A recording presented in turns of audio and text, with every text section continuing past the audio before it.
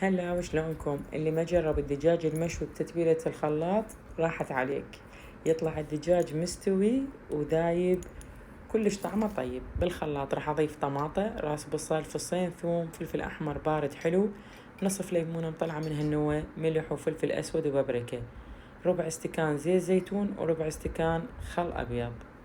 راح اضيف عليهم ملعقة اكل معجون فلفل احمر حلو وملعقة اكل عسل. كل هاي المكونات راح اخليها بالخلاط واضربها لحد ما يصير عندي القوام ناعم بهالشكل هذا. اخليه على الدجاج، تريدون انصاف تريدون تقطعوه براحتكم، ونتبل الدجاج ليلة كاملة او اقل شي ساعتين.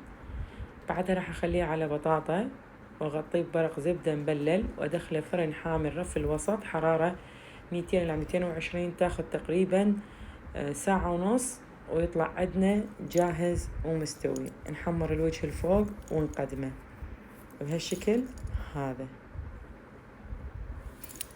شوفوا شلون ذايب ومستوي وما بي اي زفارة وطعمه كلش طيب، وبالف عافية.